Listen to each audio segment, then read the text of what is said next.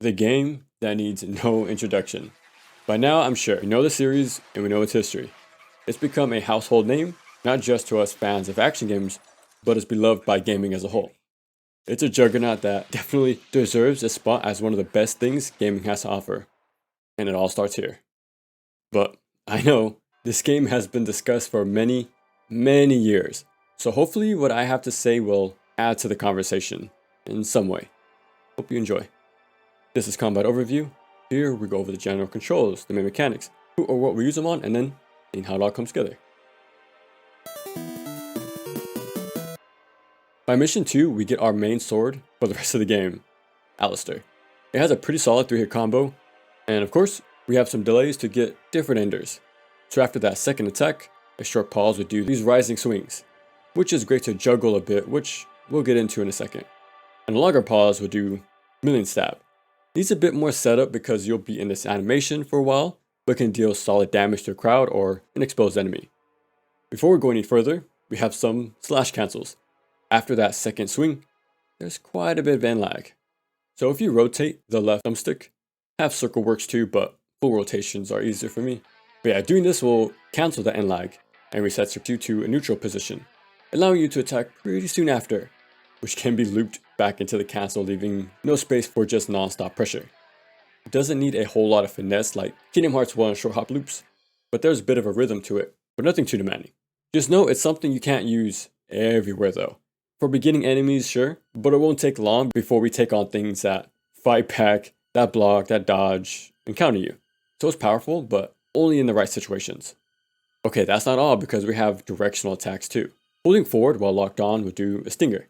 It's a solid way to close the distance so you can get back into the action. But since it sends enemies away too, it's not half bad to crowd control with. And holding back while locked on, you'll do a high time. It's our launcher that can be comboed into at any point, not after enders though. Okay, so there's actually two versions. A regular press will launch the enemy, and a held press will send you up with them. Gives more choice depending on the situation. The held version can separate you and the enemy from a crowd to deal with them, or a regular one to keep your feet on the ground, so you can keep your options open to dodge out of there. But as you can tell, aerial combat is pretty light. You can go up with them. All we can do from here is a helm splitter or a dive kick. These are pretty damn powerful, but they're one and done moves. But this is where things get interesting, because we have gun sub-weapons. Starting with the classic Ebony and Ivory. They have rapid fire shots, solid range, but more on the lower end when it comes to damage. And these are used to extend aerial combos after that launcher or if we follow up there with them. So we can use our pistols to deal a bit of extra damage. Next we have our shotgun, a bit slower on the fire rate, great in those close quarter fights with its stubby range, and deals solid damage when you're in the right spot. Best to crowd control, that's for sure. Sometimes I even like to jump towards a crowd and fire away. And yeah, there's even cancel tech here too. So there's a bit of a reload animation with that shotgun, right? But by walking left to right, you can skip that entirely just by doing this little strafing. You can shoot so fast you can even juggle with it a bit. And lastly, the grenade launcher. Does the most amount of damage, but has the longest reload time with each shot. And wouldn't you guess it, we have cancels with this too. So after that shot, you can roll, jump, or attack to skip that reload animation, letting you shoot soon after to dish out some big damage. Some other things about guns, you can do charged shots, you can do air hack loops with shotgun. There's another gun called Nightmare Beta, but I never used any one of these. I'm sure there's some solid ways to use them, like everything else we have, but I didn't find out about these till way later. I still got through DMD without them, so I guess it's not too bad if you pass up on using these. Before we move on, you actually get some new weapons as you go through the game. One of them being Ifrit. They're short range, but packs a punch, pun intended. It doesn't have delays, but you can charge each attack to do even more damage. You can mix and match when you want to go for rapid jabs, if you need to do some quick damage, but if you have the opening, you can go into charge attacks to make the most out of the situation. It also has its own directional attacks, one to send away and another to launch. So they're very unique and have their own uses that makes them different compared to Alistair. You can swap between them by clicking the right thumbstick. Not very immediate, but it's an improvement over the original Onimusha. But yeah, don't expect wild weapon swapping type of plays. Most you can do is round trip, then swap into Ifrit and follow up. So pretty cool though. By the end of the game, you get your final weapon, Sparta. There's some trade-off with this. It takes away more than it gives though. You no longer have Devil Trigger, So no more hyper armor, no more light heals, but you'll do damage as if you have it on at all times, which is cool.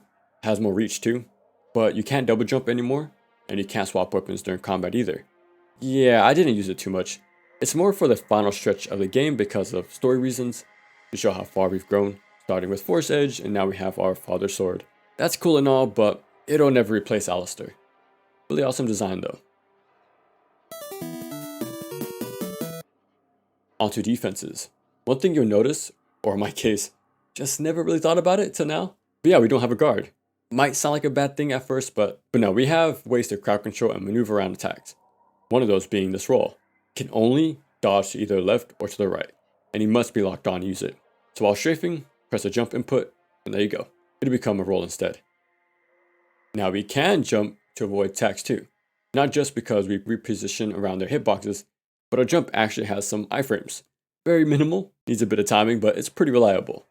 And lastly, there's clash parries, but it's used very rarely. It won't be a common option like Kingdom Hearts 1, but still fun when it plays a part. There's a specific move we have that'll be our go-to for these, which we'll see later on. Looking at the HUD, those green bars are health, and underneath that we have these runes. This is for our Devil Trigger. We need a minimum of 3 before we can use it. You gain some hyper armor on your attacks, heal a bit over time while active, and not only does it buff your damage on both your melee weapons and guns, but you'll gain access to new moves or alter some of your existing ones. Your base Alistair combo will always be the delayed one now, and Ifrit would do this rapid combo whenever you do its forward attack, kick 13. And some new moves being Air Raid, shooting lightning at anything that moves, and Ifrit has Inferno, just an explosion when you land with this attack. This is only some of the changes and additions, but DT really gives you that powered up feel in more ways than one. Now to refill our meter, just gotta land attacks and even being hit, but add to it. But one of the best ways to gain some DT is taunting. For upgrades, we have a handful of moves to unlock. Not too many, but there's a base level and then some better versions to pick up. You can even grab some permanent health and DT increases, as well as some one-time use items which might not be the best to buy. And that's because missions aren't replayable. So unlike future games, you can't replay stages to either get some extra red orbs or do some item cleanup. So if you miss something, it's most likely gone. And if you don't get enough red orbs in the last few missions, then you're going to have to really think hard on what abilities you want to get and when.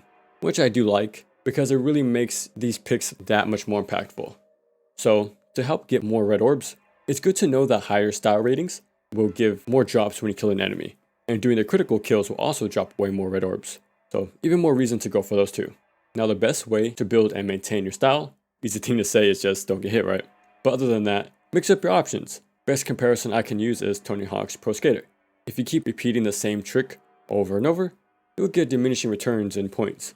So this gets you to think about your other moves, but knowing how and when to use them effectively is where a higher level play begins.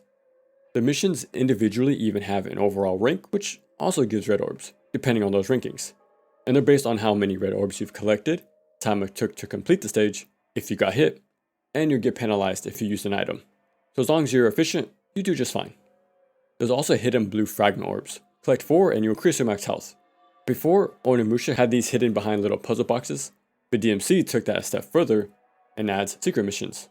Some are about platforming or maybe combat focused, so they're great ways to mix things up and get you to think about the game in different ways. And hey, doing these will even go towards raising that overall stage rating too.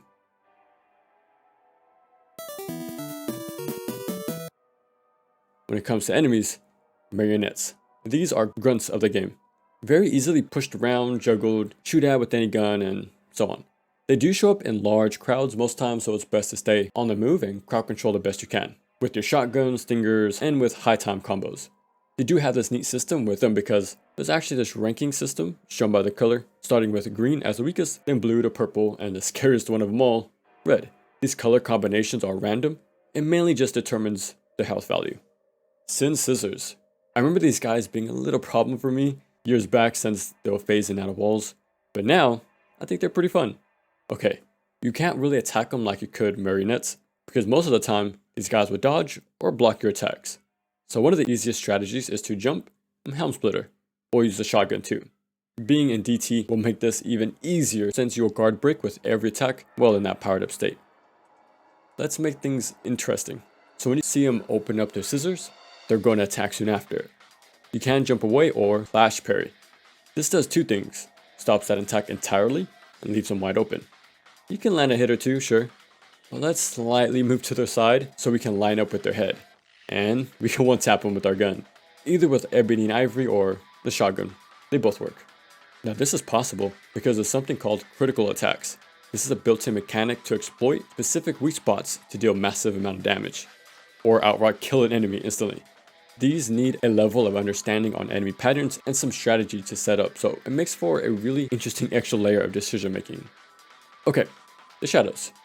You cannot damage them with your sword attacks. You actually get hurt for doing that. So you gotta do is hang back and fire away. Specifically your pistols because of the higher fire rate. Using shotgun or grenade launcher won't shoot quick enough and they'll have an easy time dodging those shots. Just be careful because they'll avoid that gunfire by going into the ground like Heartless and Kingdom Hearts and will leap out with a grab. Or they'll jump into the air and dive towards you. So they won't stand still for you, they're going to make you work for it. Okay, once they're damaged enough, you're exposed to core, getting close to attack with your melee weapons. And once they're done for, they're going to their desperation phase, shown by them turning red. From there, they'll chase you down to get in grab range so they can take you with them. So what I do is jump towards them, they can't grab you in the air, it also gets past their tracking pretty nicely. Or you can do the critical attack. Okay, so firing at them makes them jump around quite a lot. But if you just lock on, stay in that mid-range with them, they'll try and pierce you with the skewer attack. You can tell they're about to do this because they stop moving and dark energy starts to build up while they lean back. What you want to do is jump straight up to avoid it.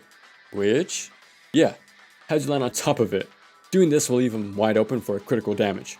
Most times this will even skip their core phase entirely and send them right into that desperation phase. And since their HP is random, some having more than others, doing this will do quick work of them more times than not. The Beelzebubs. Power numbers sort of thing, but they're super weak to guns. I like to use a shotgun for a spread, and because of those cancels, to really clear a room full of these guys. Blades. They have armor on them, and even carry the shield. These actually have some impact on how you approach these guys. The enemy file mentions how the helmet will help guard gunshots, so it won't do too much to stop them. And the shield will even have your sword bounce right off them. So to get rid of it, blow them up with the grenade launcher, roll cancels. Doesn't look like that armor helps much with that. Plus these guys usually show up in crowds, so it's a solid option for a few reasons. Ifrit isn't half bad either because it'll destroy the armor and shield with regular attacks, especially with those held ones. Or you can set up their critical kill. So if you toss out a stinger, this will break a piece of armor, stunning them for a bit. From there, if you can get behind them in time before they recover to do another stinger, this will knock them face down, which opens up for their critical attack by using Helm Splitter. Another option, which is my favorite follow-up, so once they're dazed, I'll jump over them and use a shotgun to blast them away too, which sends them into that tumble state, landing on their belly. To be clear, they're only open for that critical kill if you see them do that whole forward roll animation. But yeah, as long as you hit them with a stinger or a shotgun from behind, it'll be a consistent setup. But man, from what I remember, this whole critical hit system never returned in later games. Kinda sucks because it's a great way to make enemies that much more fun to fight since it gets you to think about your attacks in different ways. Goes further than the standard elemental or weapon type weaknesses, you know? Speaking of elemental damage, Frost. They won't block like blades do. And that's because they have hyper armor and improved mobility. You can imagine Ifrit would do just fine against these guys. So I land a few punches and leave myself some time in between each hit to react, especially for their jump attack. Once they leap, they'll come down with an explosion of icicles to hurt you if you're too close. Cool thing is though, react quick enough you can interrupt that attack with a timed shotgun or grenade launcher. Nobodies. These guys are pretty creepy looking. No doubt a carryover from the RE DNA. They start out small, but once they put on their mask, they grow in size. Because of that, I just do grenade cancels, either with rolls or stinger to just shut them down before they can even attack me. Just watch where you stand, because they explode once they die. And lastly, Fetish. They seem very similar to marionettes at first glance, but they'll block your attacks way more often at any moment mid-combo. So react to this as fast as you can by jumping away or towards them because they'll shoot fire soon after to catch you mashing. But if you get an opening, launcher is always a great option because most enemies are defenseless in the air, giving them no chance to retaliate. But yeah, these are no pushovers and will be quick to punish you if you spam attacks. They even have command grabs if you're too passive, attacks for far and close range fighting, and of course, a counterattack. And that's why I really like these enemies. They're dynamic, ready to use an attack for any situation, which makes these enemies no pushovers. They're more than happy to throw a wrench in your game plan, which is good. Keeps you adapting and has you rethink your approach. Now, it's not just the enemies that are well designed, so are the bosses. Starting with Phantom. He's going to be a rude awakening for a lot of people. He was for me. First thing you'll notice is the armor all around his body that have all your attacks bounce off. So you can't just mash away and you can't break it down either. You need to attack specific areas and each have their own risk reward to it. The obvious weak spot is the face. Thing is though, he'll block or swat you away pretty soon after. So you need to time your attacks, don't outstay your welcome, and know when to evade. So you really need to consider your positioning and timing. Or you can try to repeat helm splitters on the back. There's even a way to hit 2 hurt boxes, the tail and the body to do major damage. The sensor in the air, there's some end lag to deal with afterwards, and you're kind of exposed while you're up there too, right? So it's up to you which option is best in that moment. But if you're trying to stay far away, they'll shoot fireballs at you. You can jump over it once it fires away. Can stinger during that startup to interrupt it. And yeah, you can even hit these back. I think Phantom is as well designed like Darkseid was in Kingdom Hearts 1. How it showcases everything the game has to offer. And with more time getting used to the game's mechanics, you'll begin to really appreciate Phantom with repeat fights. Next up, Nightmare. At first it'll be this blob form, where you can't damage it in any way. And if you get too close, it'll eat you, taking you aside to fight some skulls and then a previous boss too. Luckily with less health than usual. Make it out alive and you'll do a sizable amount of damage. You can only do this once per encounter though. Okay, this teaches us we can't fight him while in this blob form. What you need to do is hit these panels to turn on the lights. This will expose his hardened form. Now we can fight him on our terms. This is what you do. Make sure to have Ebony and Ivory equipped. Oh, and be sure to buy Rolling Blades before you get to him. It's really important to have. So, lock on. Once you see those little orbs appear, just strafe and fire away. Not only is their tracking too slow to catch you, but you're building DT as you're firing away. Won't do direct damage, but you're building resources for later, which is great. Now, there's a few attacks that happen, and it all depends on your positioning. If you're close to the bottom, the tail will kind of send out this burst, hitting you if you're too close. Then it'll be followed by a set of tracking shots. You can roll to avoid them, or run towards the core after that explosion to avoid those shots too, since it'll fly over you most times. And if you're near the front, be ready to jump away from this beam and reach the core by the head. Now this is where Rolling Blades comes into play. So whenever you see Nightmare do a pivot, having its side face you, be ready to time your jump to parry that spike attack. Reason why this works is because this jump is both a dodge but also an attack, which can parry. Okay, so later on a boomerang attack will be added. Same thing, jump with Rolling Blades, which stops the attack entirely, leaving that core wide open. And the best way to punish these openings is with charged punches while in DT. Once the core goes away, just be ready for those little orbs again, and repeat. There's still more to talk about here with this boss because there's some neat stuff going on with these cores. So the more you hit a specific one, it'll chip at it, eventually breaking. When this happens, it'll change its color, starting from blue to green and finally red. And with each color, not only does that raise its defenses, it'll add new moves or expand old ones. Like the beam won't just be the straight on shot anymore. Instead, it'll sweep left to right with no control. And the new moves would be the spikes and the boomerang. Interesting thing is, the status of each individual core carries over to each encounter. So you can alternate between each core to make later rematches a bit easier. Doesn't need to be planned really, and I didn't feel like I had to keep track of it. But if you find yourself focusing on a single core for too long, maybe try to hit the other one next time. But yeah, this might be one of, if not my favorite boss in the entire game. Just like how you need to juggle a few things. Manage the light to keep Nightmare exposed, make sure to have enough DT, and be ready for multiple attacks so you can react accordingly. It's a lot of moving pieces. It kind of feels like I'm fighting some kind of shmup boss in a way, slowly chipping at multiple sections, each having their very own attacks for me to learn. Not only is it a really unique concept that I haven't seen anywhere else, but it's executed very well. Griffin. This is a very projectile heavy boss, having you reposition around these orbs and its beams that close in on you. It'll send out walls made up of beams to roll between, or reposition around this grid on the floor at the same time too. Just a lot of movement to keep you on your toes. Pistols are really good here when using DT. Grenade launcher is great too. And eventually they'll crash, leaving themselves wide open for a few melee hits. Now, if you have Meteor unlocked or Ifrit, it does damage. So if you can buy and upgrade it before you meet him, yeah, it'll pay off. And then there's Nello Angelo, or better known as Virgil. He's going to be our rival throughout the game, so expect some similar moves, but of course he has unique attacks of his own. Okay, these fights have a bit more spacing, I feel like. You can avoid those attacks by staying out of its range to punish afterwards. You can do a standard combo, or use those sword cancels. I never did it much on regular enemies, but Virgil is definitely the boss to use it on. He really extends your punishes quite a bit longer. Can't do it forever though, because he'll teleport out of this eventually or even block.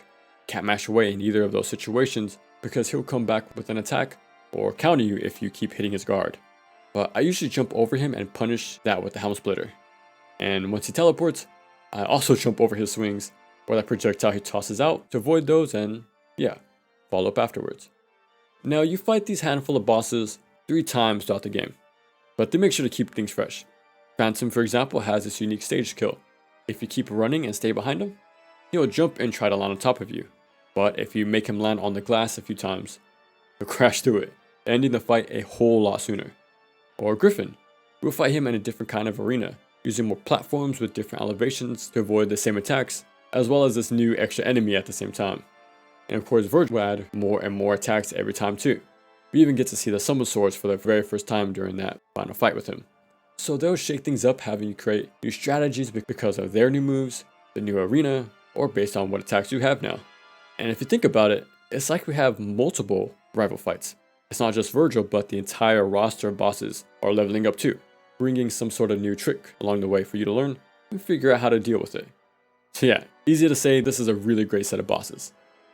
But lastly, Mundus. And I like his boss fight on paper. Cool how we have this Space Harrier inspired shooter section, but my problem with it is his health. It felt like it was way too spongy for what it is, especially for a genre switch up. If they kept it pretty quick and to the point, it could have been a fun over-the-top hype phase to set the tone for this guy we've been chasing. Really reminded me of Sly in that way, honestly. But yeah, for me, it was just a bit of a hassle, sadly. I could have done a better job at managing my DT beforehand to get a running start at the beginning. But yeah, either way, don't beat yourself up if you need to use some Devil Stars to speed up the process, because I know I did. Phase 2 isn't half bad. It focuses a bit more on platforming, having to jump on these rocks that rotate around him, all while building up DT from these orbs so you can reach him with that extra range. And then this flame dragon and these flame pillars too. So it's a pretty enjoyable in comparison, but if my mood wasn't shot a bit by that first phase. But hey, if you're up to it, feeling a bit confident, soon as the phase starts, jump twice towards Mundus, and as you're doing a Helm Splitter, DT, right into the lava. From here, do 1-2, launcher, into 1-2, launcher again. Here's how it looks without all the wild visuals, but yeah, keep doing this until your DT or health runs out. You can use Devil Stars to keep this going if you're low on meter, or use an Untouchable to save yourself from dying. It also gives infinite DT, so this makes this even easier to do. And for the third and final phase, it is just a victory lap.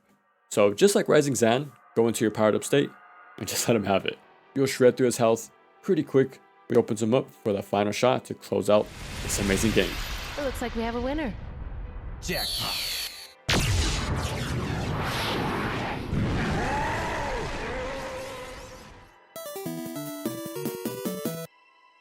And that's Devil May Cry. It goes beyond just being one of the best action games, or one of the best PS2 games, or one of the best DMC games. It's an all-time classic. To tell you the truth, it's one of the best games ever created. It does so much so damn well, and I feel like it doesn't get enough recognition for what it does here. Where do we begin? Okay, the first thing anyone's going to notice playing this for the first time is its atmosphere. Just exploring this, what appears to be very cryptic gothic castle. Almost feels like a maze at first, with all its locks, keys, hidden passages, and traps along the way. And of course the ominous music to really capture it all. Then its pacing is just so compact and arcadey, very similar to what we saw in Onimusha Warlords. So you get new enemies, new mission types, new areas, new weapons, and new bosses. Just back to back to back, always giving you something different. And once you beat the game, you can take all these upgrades, added tools, and most importantly, that knowledge you've gained along the way to go into NG+. And what's so interesting about these hardened modes, they'll slightly remix enemies. Some rooms will even have random spawns, so you can never be too sure until you get there. They even get their own version of DT, which gives them new moves as well. Not only that, but they get hyper armor while active. But if you're in DT, you can go back to juggle them again. Yeah, just in general, everyone becomes more aggressive. really putting your skills to the test. All of this just adds an insane level of replayability since it has this gradual uptick to its challenge, with each run making it worthwhile to do. Going from normal and climbing to take on DMD is what all action games should aim for. It's actually up there with Kingdom Hearts 2 FM Critical Mode on how action games should handle higher difficulties. It's that good. I did surprisingly well my first go, but I definitely fumbled near the end. But we got through it. Now, the more straightforward combo system we have isn't a bad thing. That's not a mark of a great action game. What I look out for is just how well enemies and bosses are designed. And DMC has one of the best lineup in the entire genre. It requires strategy because of those unique critical attacks and battle arenas. This is why DMC holds up to this day, 20 years later. It's all because how your opponents vary from one another, each one getting you to interact with every tool you have on a deeper level. That's why DMD works so well. Its foundation is just that strong, and honestly should be studied by all future action games. No exceptions. And to be honest, I don't think this will ever be topped by any game in this series from now on, because to me, it's just a perfect game. Okay, we're not done yet, because I still have a lot to say about this game. Now, while playing this, there's a few times where I couldn't help but notice some similarities to the one and only Castlevania. A lot, actually. So stick with me on this one because this is a topic I've been wanting to talk about in depth for a while. I think now is a perfect game to get into it. So starting with some surface level stuff, Dante, as our white-haired protagonist with superhuman abilities, goes to this castle to investigate the whereabouts on Mundus, a great evil returning once again, like Dracula, which in early mock-ups looked a lot like him too. Not only that, but there's this whole revenge or feud against him. Even at the end of the game, Dante mentions his own kids would do the same.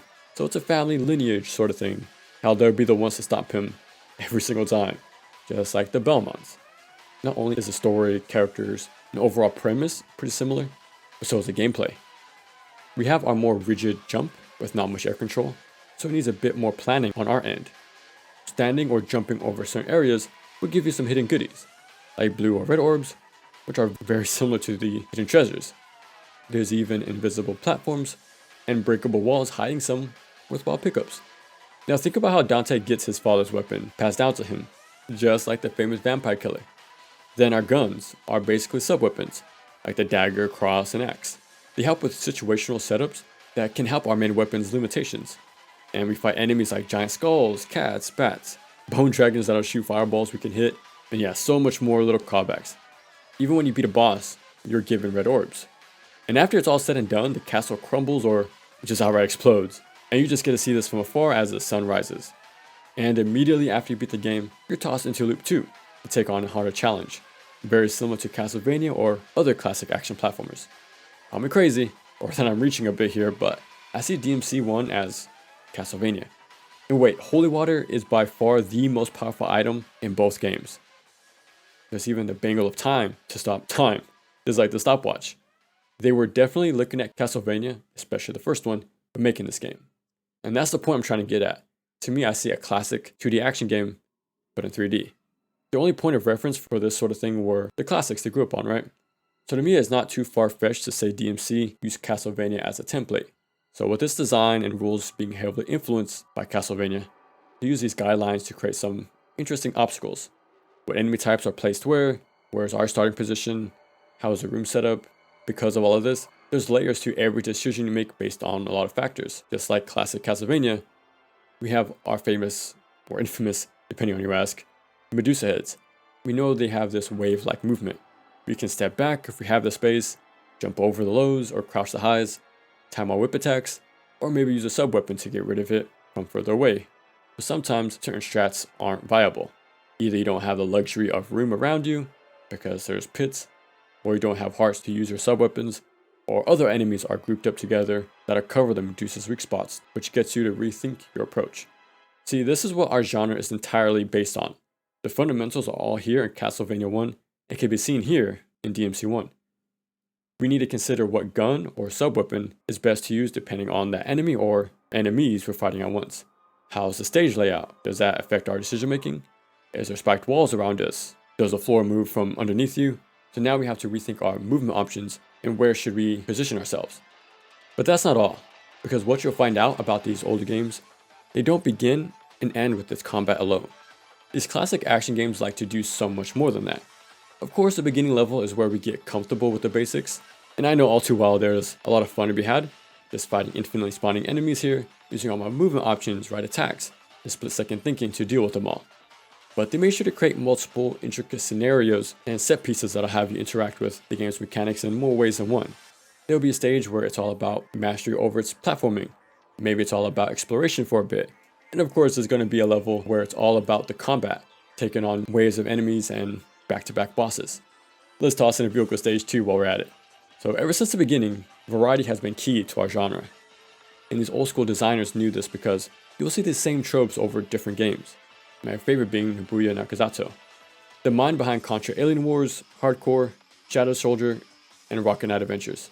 This guy and his team are responsible for taking our genre to the next level, and that's because of his approach to action games. In this interview, he states that he wanted to create games that are perfect to pick up and play in a short session. And to have this short runtime worthwhile, he wanted to make the content really dense. And to achieve that, he wanted something different to happen every 3 screens. So with this sort of setup, we get constant twists to the gameplay, to surprise us on what's going to happen next. Always mixing it up to give the player multiple distinct interactions. It makes sense now how Alien Wars started off just running forward, then hopping inside a tank, climbing on rails, while dodging fire. Then we have mini bosses sprinkled out all throughout the stage too. So yeah, these classic action games aim for more than just flat stage layouts. Let's climb, jump, use vehicles, and so much more. So in that spirit, to keep changing things up, that's why I like seeing some platforming, exploration, puzzle solving, some gimmicky stages in my 3D action games. I'm sure some can be toned down more than others, but not only does it get you to rethink your approach in a lot of ways, it's just how action games have always been. And that design is seen here in DMC1 and so many other 6th generation action games. It's more than just combat with these titles. They made sure to have a shared importance on exploration and platforming with their interconnected level design. And these stages have little interactions or puzzles too that'll teach you or at least get you to think how this can be applied in combat in some way. So it's great to get the most out of everything your toolset has to offer. Beautiful Joe, another action game by Kamiya, does this as well. Would mix in its combat with platforming, and there's even little stage hazards and puzzles in between to use your other options in unique ways to really get the most out of this premise. Or Kingdom Hearts 1, there's instances where using magic to interact with a level would teach us what it's capable of, which then gets us to think how can this be used in combat. We see this in DMC1 as well, with the reflect puzzle. It will get you to think, where have I seen this before, and does this apply there too? I hope you see what I mean, how this makes the game more layered and interactive since there's mechanics bounce off each other. So these early action games knew what they were building off from. So Kingdom Hearts 1, Onimusha, Rising Zan, Ninja Gaiden Black, Shaolin Monks, Nano Breaker, Zoe 2, and of course Devil May Cry 1. They don't exclusively rely on non-stop, intense, fast-paced combat. How do we add variety to create unique scenarios or encounters based on your movement, combat options, enemy groupings, varied stage layouts, and maybe even different mission objectives? This all goes to the thought process of how can we repurpose our mechanics in more ways than one to circle back into other aspects of our game design. That right there is why I personally prefer Kingdom Hearts 1 over 2, Ninja Gaiden Black over 2, and DMC1 over 5. They just feel way more well thought out and handcrafted in multiple ways, not just one. But there's strengths in both approaches. Don't get me wrong, I'm one of the biggest fans of RE6 Mercenaries and have been for years. So I do like my modes where we can just take on hordes of enemies. But if your entire game is like this, there's a good chance that most games, there's exceptions to the rule obviously, but most games will come off as a proof of concept rather than a fully thought out action game. In closing, I don't think DMC is the sole creator of this new genre, because not only is it deeply tied to action games of the past, but if you think about it, combat is just basically pulled entirely from Sengoku 3, with its delays, flash parries, jump cancels, juggle-based combos, and using projectiles to extend them. Even the scoring system was already done in Pro Skater, and it wasn't even the first 3D action game. Rising Zan was already there, having all these off-the-wall moments that Capcom, Clover Studio, and Platinum Games will be known for years later. Even Onimusha Warlords is another massive source of inspiration. It was another RE spin-off that focused on melee combat. It gave us the Proto Taunt, Proto Bloody Palace, and the Proto Juggle system, having the bugs later repurposed to give DMC's defining mechanic. So it's not entirely original. Well, nothing is. But that's how all great things are made, right? You look at what's been done in the past by looking at contemporaries, and by looking at other mediums. DMC, just like Castlevania 1, is iterative, experimental, and yet still respects the fundamentals, and pulling inspiration from many different areas to create a repackaged deal is what elevates your art. And the reason why it all works and doesn't come off as a mess is because there's a clear understanding on the creator's end.